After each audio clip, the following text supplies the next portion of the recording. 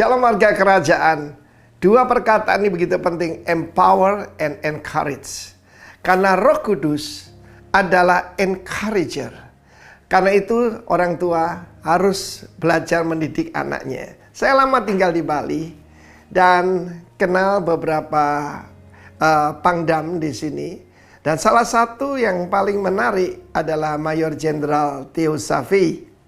Nah, Mayor Jenderal Theo Safi ini kan dari suku Bugis, dari Makassar. Tetapi dia menjadi seorang tokoh Kristen yang luar biasa. Ceritanya begini, ketika bapaknya itu punya seorang sahabat. Sahabatnya seorang misioneri dari Jepang. Namanya Shirato. Dia begitu terkesan. Begitu penuh kasih, begitu penuh kebaikan. Sehingga dia memberi nama putra pertama Shirato. Yang kedua Theo.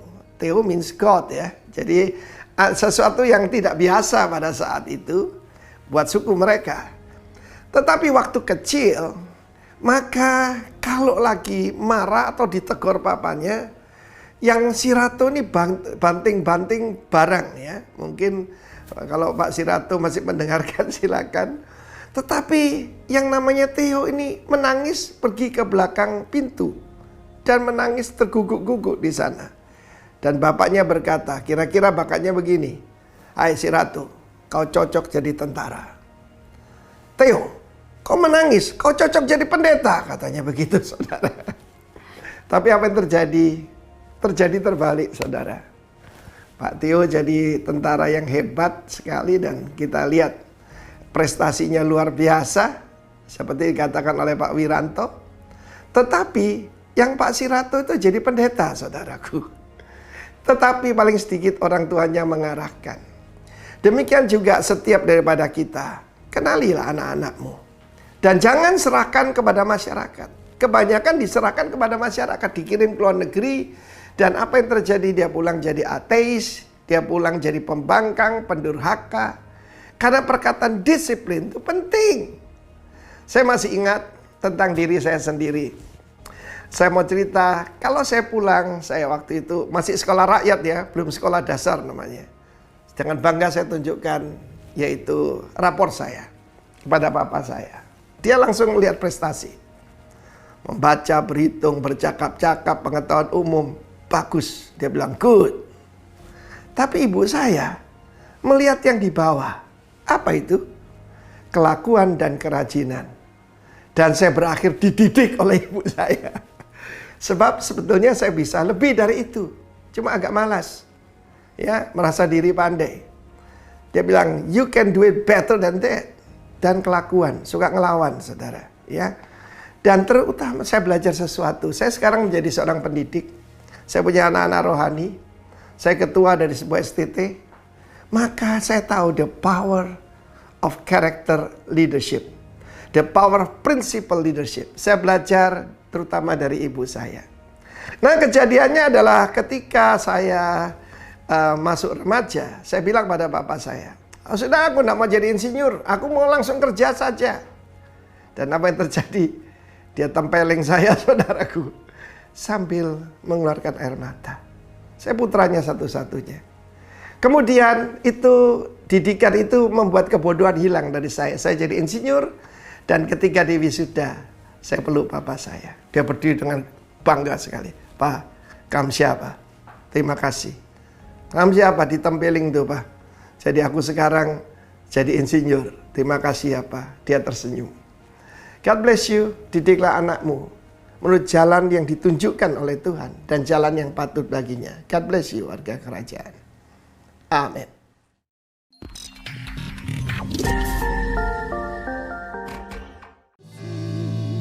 Woo! Yes. We enjoy to worship you, Lord. We can feel you. We can feel you in this place, oh Lord. I love you, we love you. All of us really long for you, Jesus. Tuhan Yesus, kami belajar Kami belajar sebab manusia hidup tidak bisa mengelak menghadapi permasalahan kehidupan, pergumulan. Kami tidak bisa pilih yang kami hadapi, yang kecil saja, yang enak saja buat kami. Yang besar, yang sulit, yang bikin sesak dada buat orang lain, tidak bisa pilih. Tapi kami belajar Tuhan, kami mengalaminya bersama siapa, itu membuat perjalanan kami lebih ringan enteng. Sebab namamu Immanuel, Kau setia. Terima kasih Tuhan, Kau gak pernah tinggalkan kami. Bahkan pada waktu kami baper tinggalkan Engkau kurang setia, Engkau tetap setia. Terima kasih. Terima kasih Tuhan. Kami sungguh mengucap syukur.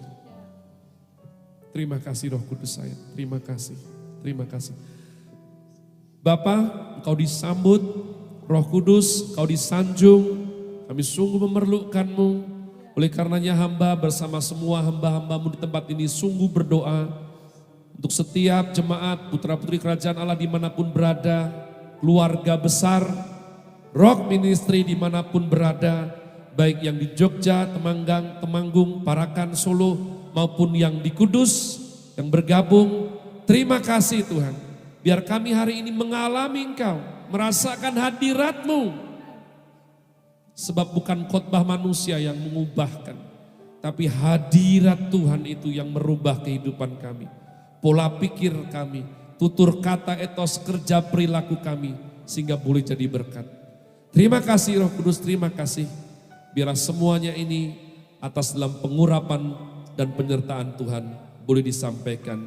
Kami sambut firman-Mu penuh sukacita, semua katakan amin, amin, amin. Terima kasih, praise and worship. Shalom semuanya. Saya selalu bilang harus hidup penuh semangat. Dimanapun saudara ibadah masih di rumah. Untuk yang Jogja saya tahu beberapa sudah offline. Tapi kami memutuskan untuk tidak buru-buru. Saya juga rindu khusus untuk kali ini menyapa keluarga besar Rock di Kudus. Ya, terima kasih Om Gatot dan Ibu. Dan juga biasanya ada Koabun di Pluit sana. Pak Tony Foster ya, terima kasih untuk mengawal kami dalam ibadah online. Saya mengerti tema khotbah Rock Ministry bulan Juli adalah empowering. Tapi saya mau selesaikan Wonderful Counselor umat Tuhan ya, bagian yang ketiga. Sebenarnya ada bagian yang kelima tapi harus lain kali saja. Mari saya akan sampaikan Wonderful Counselor bagian yang ketiga. Kita membuka Yohanes pasal 3 ayat 1 dan 3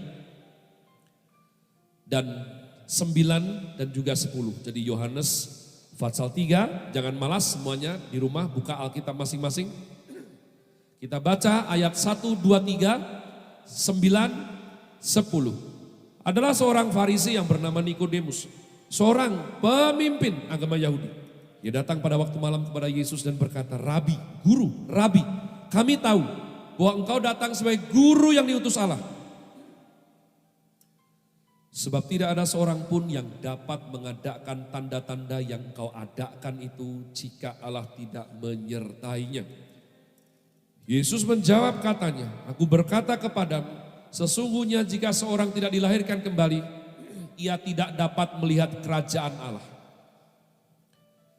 Ayat 9, Nikodemus menjawab katanya, "Bagaimanakah mungkin hal itu terjadi?" Jawab Yesus, "Engkau adalah pengajar Israel dan engkau tidak mengerti hal-hal itu?" Umat Tuhan, menikmati Yohanes pasal 3 itu harus dikombin dengan Yohanes pasal 4. Menarik sekali untuk di-compare ya. Dalam seni berkomunikasi, dua kasus ini bersebelahan. Berbeda dengan Nathanael kemarin umat Tuhan yang masih bertetanggaan juga. Ya, tapi yang satu Nikodemus ini seorang sangat terhormat. Tapi nanti yang perempuan Samaria saya akan bahas lain waktu. Umat Tuhan adalah orang yang bereputasi sangat buruk di kotanya. Dua-duanya berkomunikasi dengan Tuhan Yesus dan dua-duanya disentuh hidupnya dan berubah. Nah umat Allah, saya meyakini bahwa kita tidak bisa empowering generasi kita kalau kita tidak mengerti cara berkomunikasi dengan mereka. Zaman sudah berubah umat Tuhan. Ya, saya seringkali masih mendengar daripada perkataan anak-anak rohani saya letting pertama kepada adik-adiknya yang sekarang, wah kamu enak sekarang. Dulu babe ini galak sekali, aku disuruh lari, disuruh ngapain, di push up. Kamu sekarang ya gak ada apa-apanya. Saudaraku, saya memang betul, saya merasakan omongan itu betul. Entah kenapa dulu saya galak sekali dengan anak saya. Dan saya pikir kalau memang bukan anak, toh nanti pasti tinggalkan dia sudah sana. Ya, tapi sekarang ini umat Tuhan mungkin karena juga satu dan lain hal, saya hanya marah kepada orang tertentu umat Tuhan. Dan saya galak kepada orang tertentu. Saya sekarang lebih hemat energi karena makin lama makin temukan bahwa tidak ada gunanya marah atau galak sama orang yang sudah memang memilih untuk bodoh selamanya. Ya, nah umat Tuhan, ternyata bijaksana dan bodoh itu harus kita tentukan di depan. Kamu mau jadi orang apa? Mau jadi orang bijak atau orang bodoh? Tentuin di depan. Karena ketentuanmu itu akan membuka jalan kau menuju kemana. Ya. Orang bodoh selalu merasa diri bijak. Selalu. Maka akan ada tanda-tanda mengikuti dia. Seperti malas belajar. Kenapa? Sudah rasa bijak, kenapa belajar? Maka orang bodoh pasti malas belajar umat Tuhan. Ya, kenapa? Sudah rasa pintar. Orang bodoh sulit ditegur. Kenapa? Oh udah pintar kok, masih kamu tegur. Tapi orang bijak itu merasa diri masih bodoh. Jadi dia akan belajar. Dia akan cari tahu. Dia akan gali lebih dalam lagi umat Tuhan. Dan orang bijak justru suka kalau ditegur umat Tuhan. Kenapa? Karena dia mawas diri. Nikodemus orang bijak. Itulah kenapa dia cari Tuhan Yesus. Engkau harus mengerti umat Tuhan. Nikodemus adalah orang Farisi paling beruntung dalam sejarah umat manusia. Kenapa? Orang Farisi yang lain merasa terganggu, merasa terusik. Ini orang khotbah terlalu bagus. Sudah gitu, disertai dengan mujizat-mujizat yang sulit dikalahkan. Sakit sembuh, setan dia usir, ya bahkan mati bangkit. Kalau kita tidak bunuh dia, kata orang Farisi yang lain, gangdau kita, lapak kita, jemaat kita, bisa ikut dia semuanya. Nikodemus tidak, Tuhan. Nikodemus punya pemikiran yang dianugerahkan oleh Tuhan Allah sendiri, oleh Roh Kudus sendiri. Dia datang dan dia sebut rabi. Dia sendiri rabi, dia panggil Tuhan Yesus yang lebih muda sebagai guru. Dan dia mengakui, apa yang kamu lakukan itu tidak mungkin kamu bisa lakukan kalau tidak Tuhan menyertaimu. Umat Allah, saya rindu pada waktu kita belajar komunikasi, kita belajar bagaimana Kristus berkomunikasi. Dalam hal ini saya tidak akan bahas aspek yang lainnya, saya akan fokus. Tuhan Yesus adalah wonderful counselor. Ya, dia berbicara lembut kepada orang berdosa. Dia berbicara tegas bahkan kepada orang yang mau bunuh dia. Dia tidak minta belas kasihan sama sekali umat Tuhan. Dia berbicara sopan namun berbobot kepada raja, kepada Pilatus, kepada Herodes umat Tuhan. Saya tidak pernah temukan Tuhan Yesus berbicara sinis. Dia kalau mengajar tegas, engkau harus perhatikan kapan Tuhan Yesus memuridkan itu duduk, kapan berdiri, umat Tuhan. Dan saya rasa untuk orang yang selembut Nikodemus yang sudah datang kepadanya, dia memakai gaya bicara yang tidak lazim beliau pakai umat Tuhan. Ya, saya bisa berkata sedikit getas, sedikit ketus tapi dalam ketus yang membangun. Kenapa saya bilang seperti itu? Nikodemus datang dengan pujian dan Tuhan Yesus berkata, kalau kamu tidak dilahirkan kembali, tidak dapat melihat kerajaan Allah. Pola ini diulang sampai 3 kali. Nanti sudah pelajari dalam Yohanes pasal yang ketiga umat Tuhan. Ya. Dan ketika Nikodemus bagaimana mungkin hal itu terjadi? Yesus berkata, engkau pengajar Israel. Masa hal seperti itu aja tidak mengerti umat Tuhan? Ya. Kenapa Tuhan seperti ini? Pada waktu nanti berbicara dengan perempuan Samaria begitu lembut. Bahasa Jawanya ngemong. Ya. Diturutin gitu saudaraku. Tapi begitu sama Nikodemus karena Tuhan tahu. Tuhan tahu kirbat Nikodemus beda. Tuhan tahu Nikodemus adalah orang dipersiapkan untuk mewartakan Injil di masa depan dalam bentuk yang berbeda. Perempuan Samaria akan menjangkau banyak orang, saudaraku. Tapi Nikodemus akan menjangkau banyak cendekiawan. Ya, intellectual is about the content of our mind. But wisdom is the way of our life. Orang kalau cerdas, pinter, pasti hidupnya bahagia, belum tentu. Belum tentu. Sebab ketika kita mengadakan pemilihan-pemilihan keputusan dalam kehidupan, kepintaran kadang tidak berarti tanpa bijaksana. Itulah kenapa Injil umat Tuhan diberikan Tuhan kepada dunia ini melalui nelayan-nelayan sederhana di Galilea. Bukan para akademisi, farisi di zaman itu. Supaya kita semua belajar sesuatu. Orang kalau udah sombong duluan, tidak bisa jumpa dengan Tuhan. Ya, maka saudaraku, dalam legenda filsuf Tiongkok ada suatu kisah yang sangat favorit buat saya mengenai Konfusius itu mencari Lao Tse, umat Tuhan. Ya, sebab Lao Tse ini dianggap yang paling tinggi dari semua filsuf timur sebab dia mempunyai firman.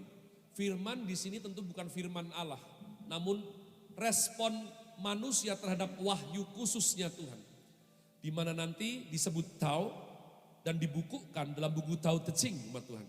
Dan ini saya pernah baca, gila, ini otak kayak apa nulis kayak gini umat Tuhan.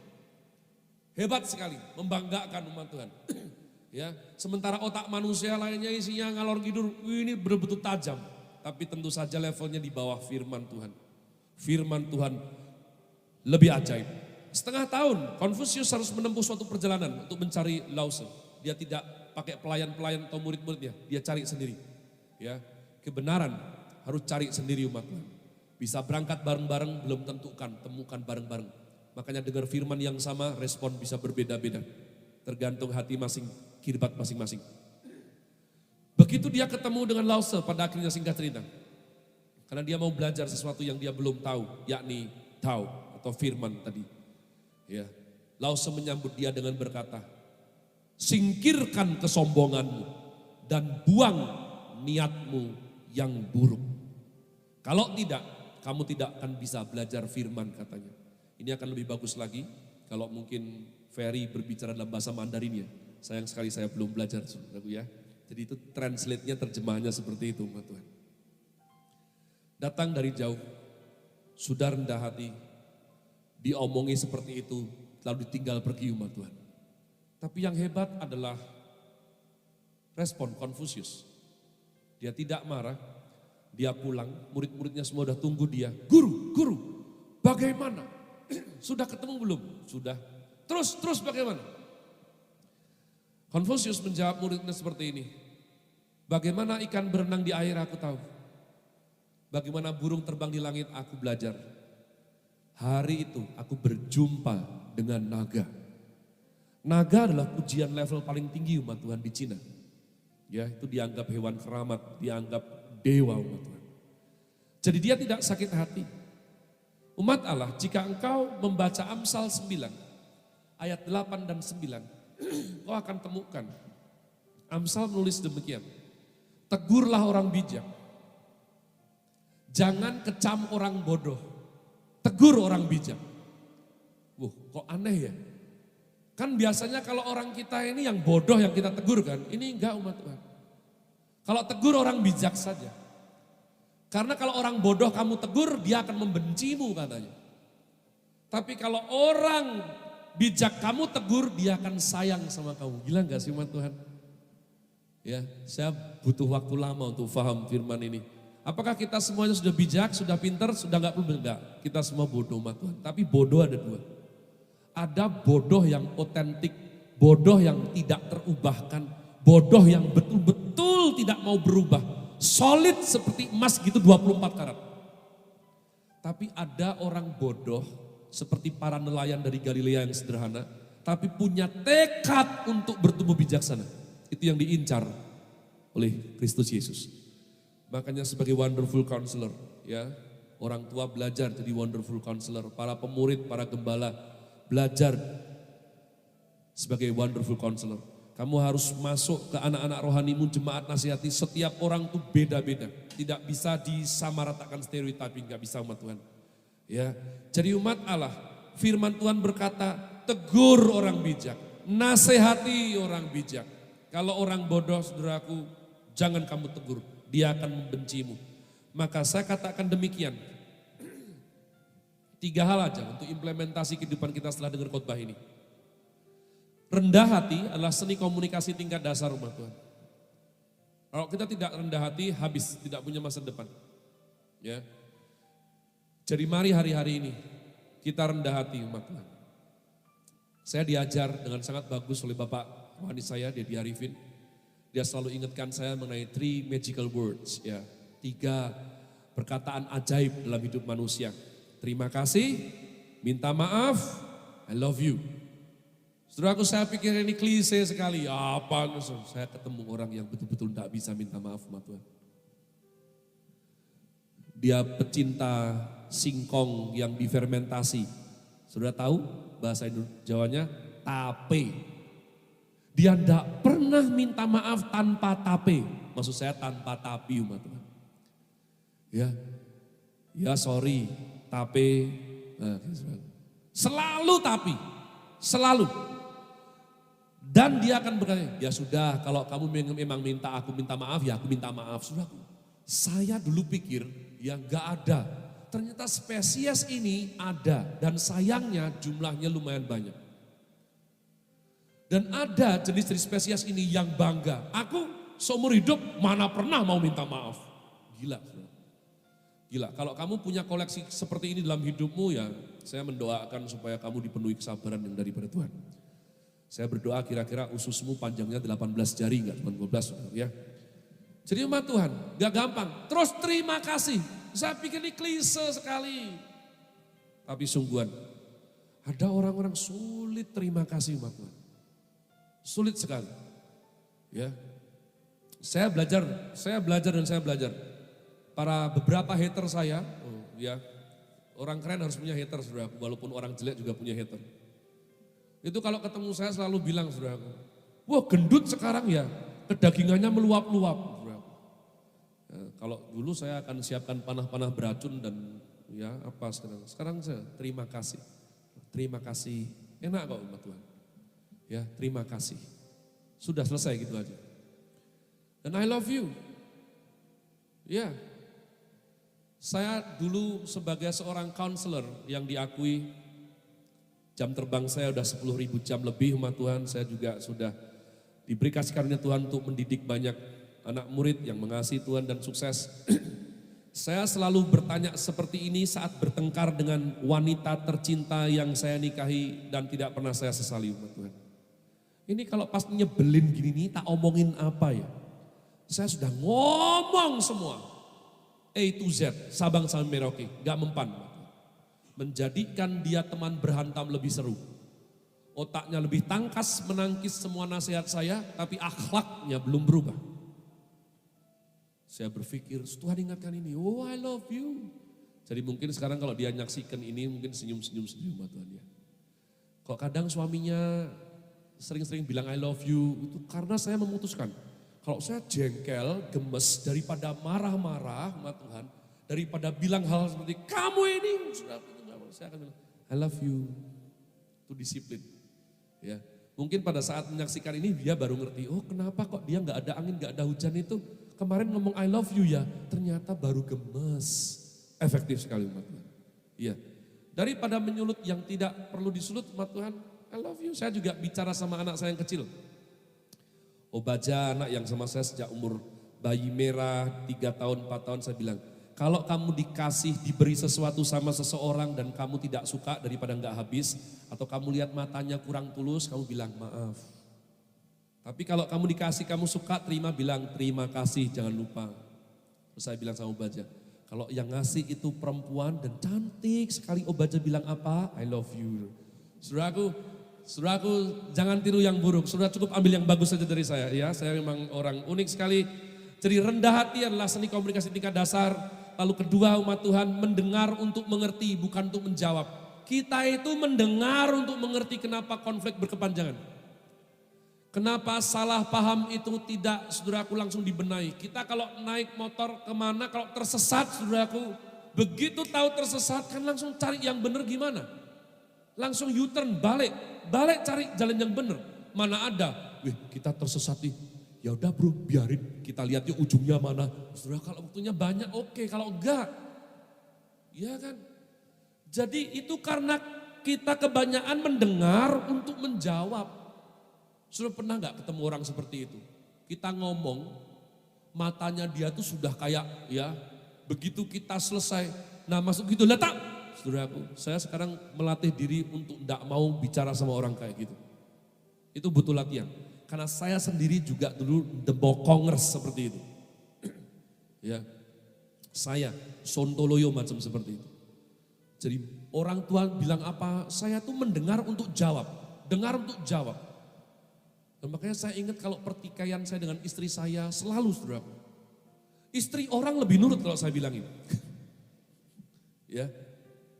Nah, kenapa? Karena dengar untuk jawab. Maka saya bilang, gak gampang juga jadi istri saya ya. Karena wanita itu butuh didengerin sama Tuhan. Maka saya sekarang belajar mendengar untuk mengerti. Nah, yang ketiga terakhir apa? Rela ditegur. Seperti Nikodemus, seperti Confucius sama Tuhan. Rela ditegur. Orang bijak pasti bukan sumbu pendek. Ya. Manusia makin susah ditegur, makin dekat dengan kebodohan sama Tuhan. Jadi sekarang saya, Pak, negurnya enggak bermutu, saudaraku. Saya memahami konsep sovereignty God, kedaulatan Tuhan. Mau mutu enggak mutu, kalau teguran itu sudah sampai ke telinga, itu berarti daulat Tuhan. Sudah. Gak perlu marah-marah. Orang keren harus tetap keren, amin umat Tuhan. Ya, jadi sederhana saja.